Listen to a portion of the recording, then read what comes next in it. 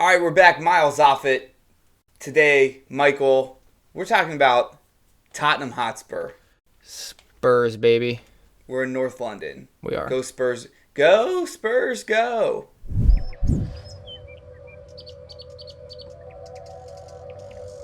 AJ Wood, let me hold that beat. That's the San Antonio champ. Oh, what's gonna say? All right, Michael. Tottenham Hotspur, the big blue team from North London, finished last season on 71 points, 22-5-11. At home, 13-1-5, 40 points. Very, very good on the road, 9-4-6, 31 points. They had a goal differential of 29 goals, 69-4, nice. 40 against. They are a team that made some additions, to say the least, this year.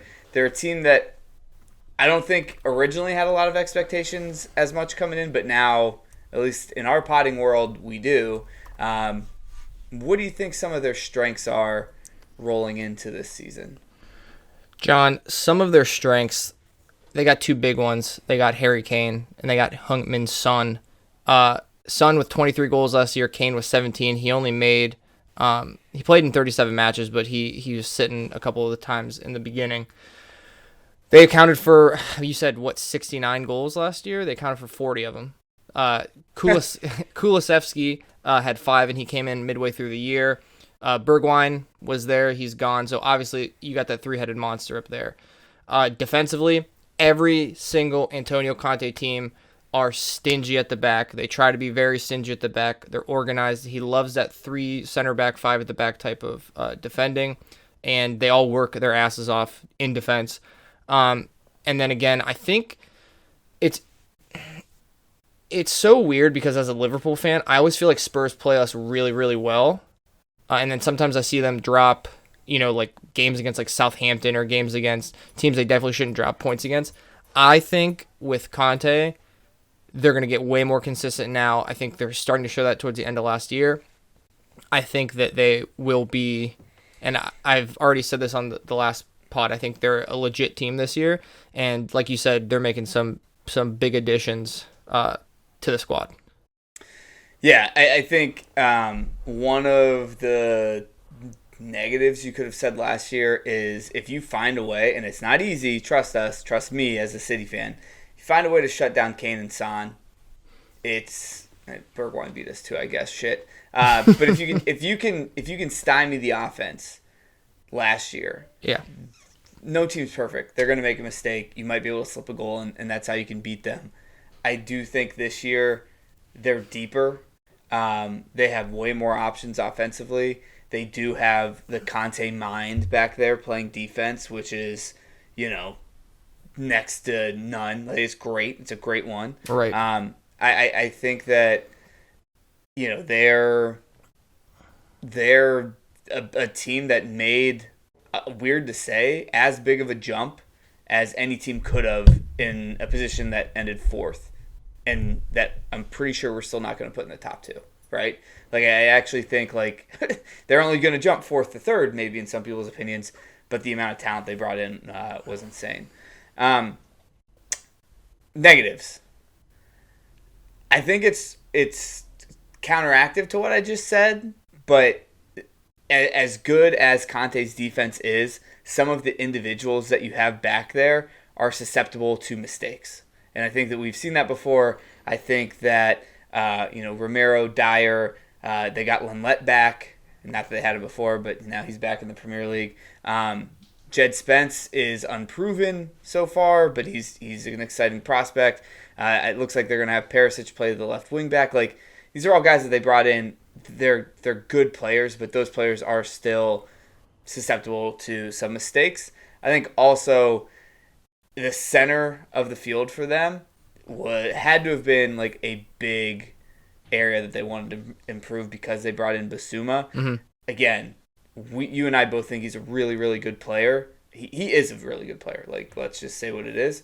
But is that still going to be maybe one of the areas that they need to improve upon? Obviously, up top, I think they have one of the best attacks, if not maybe arguably the best attack behind like Liverpool and maybe Man City. Kulusevski's awesome. Awesome to watch. He's already gotten me a boatload of points in fantasy this year. So I think the attack's perfect. The one place that I have left out that I kind of wanted to bring up, and I think I'm going to have this opinion, I don't think you will. I'm so glad that Hugo Lloris won a World Cup. But I think there's better keepers out there. I think he's a middle-of-the-road Premier League keeper anymore. A middle of the road. Yeah, okay, maybe he's like a 7. He's like a top 7, top 8. Keeper. That's what I'm saying. Top 7, top 8. I mean, but I think too, we're getting to the top 4 now. It's not as easy to just pick out like, hey, these are the negatives. This is where we got to exploit. Like teams are going to exploit them. But like, if I'm nitpicking, I don't think he's the best. You and I are really spoiled. We have the 2 best goalkeepers in the league and have had for the last 3 years.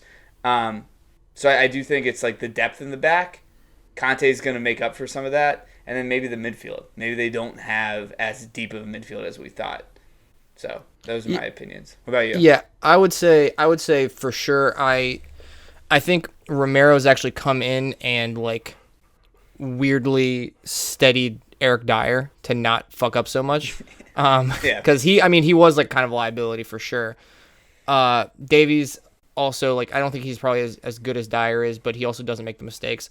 Højbjerg and Betancourt, I think you're getting to the point now where, and it's you could sit there and look at us and you guys, and you just sit there and go, you have so many options. I mean, we don't right now because everyone's hurt, but you have so many options coming off the bench. You have different ways to beat teams. You have different types of players that if Højbjerg and Betancourt are sucking or maybe their style of play doesn't translate, that you need some people who have different styles.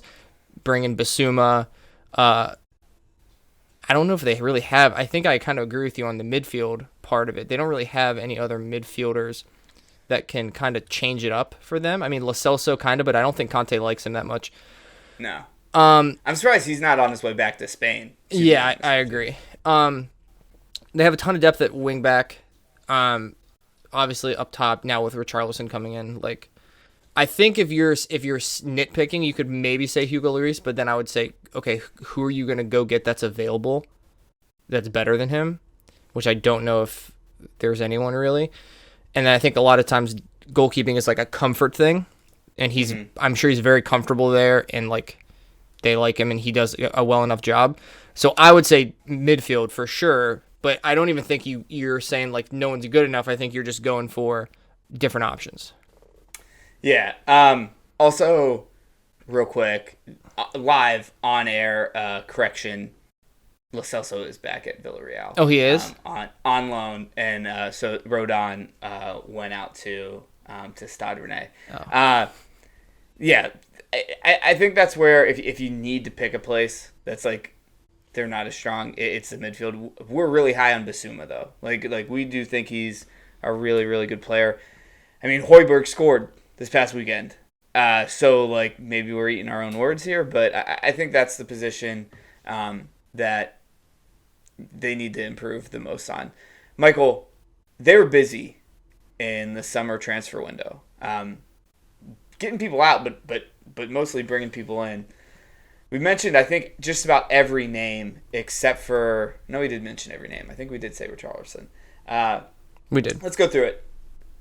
You got Basuma, Jed Spence, Perisic, Fraser Forrester, and then the big one that may not have as big of an impact, but it's the biggest name and it was the biggest price tag, was Richarlison from Everton.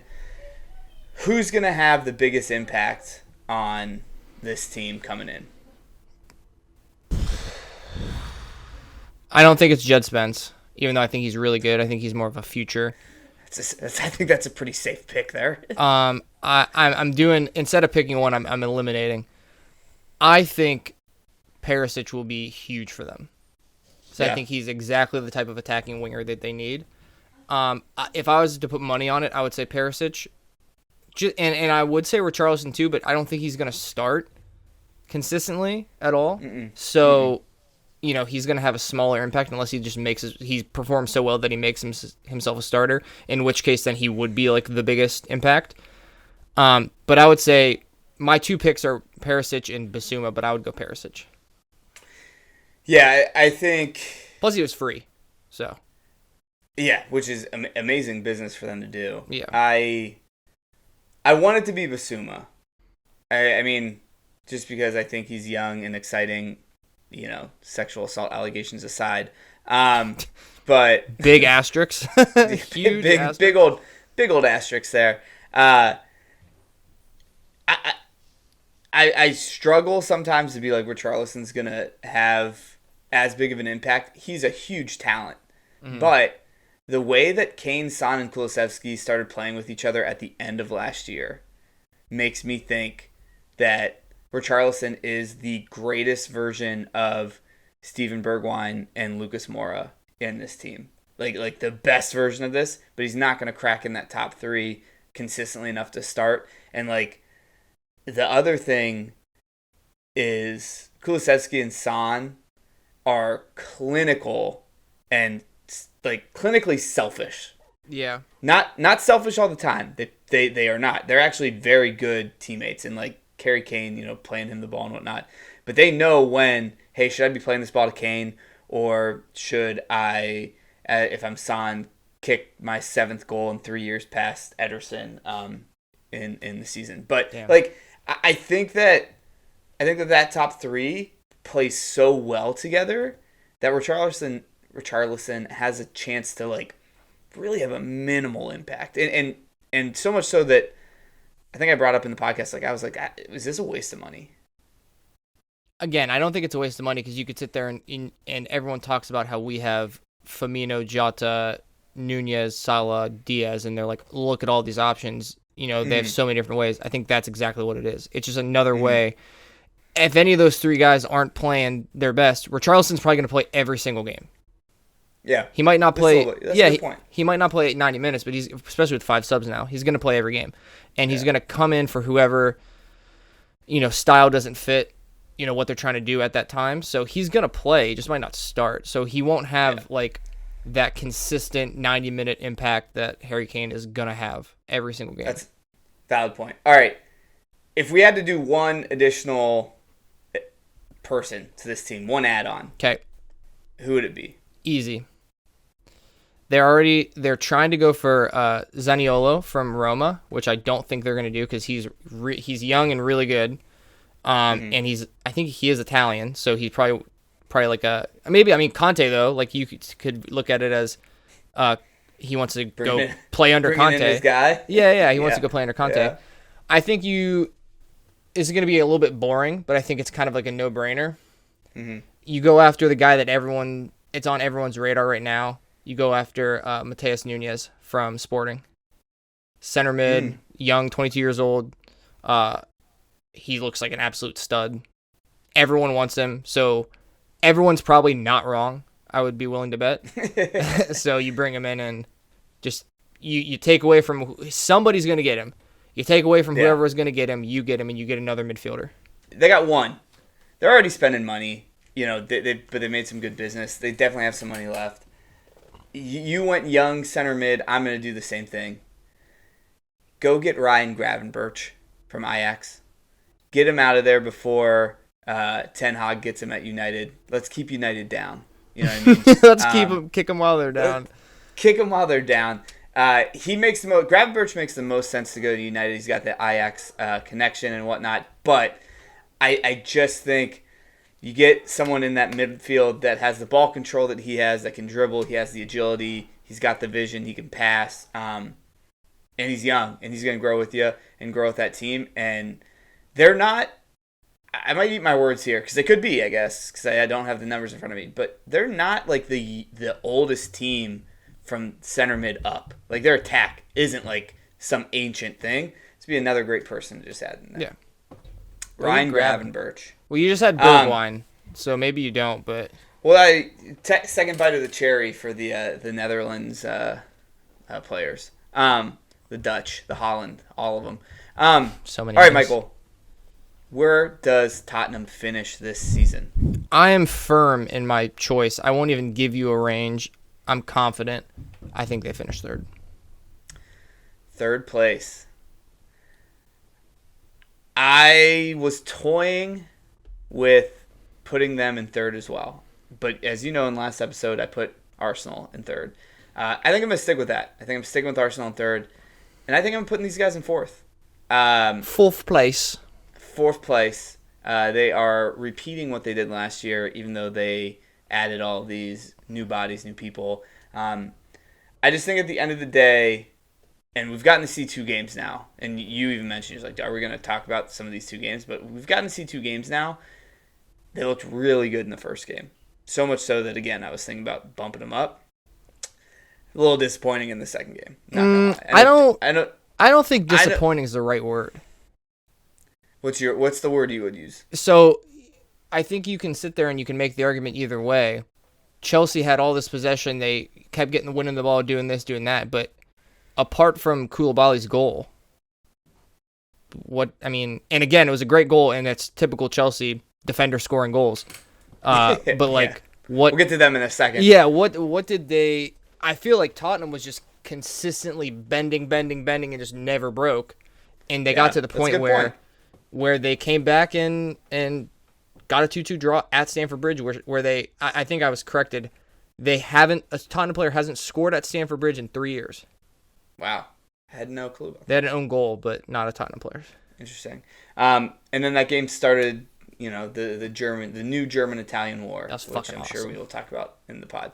All right, Spurs. Big jump, big ads. Shout out Nick, my friend Nick Wortman.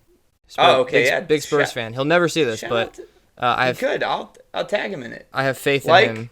Subscribe, share, become. Leave us some comments. Do what you got to do. Join our Patreon that we don't have.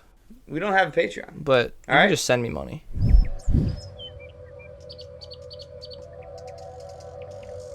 Hey, Wood, let me hold that beat.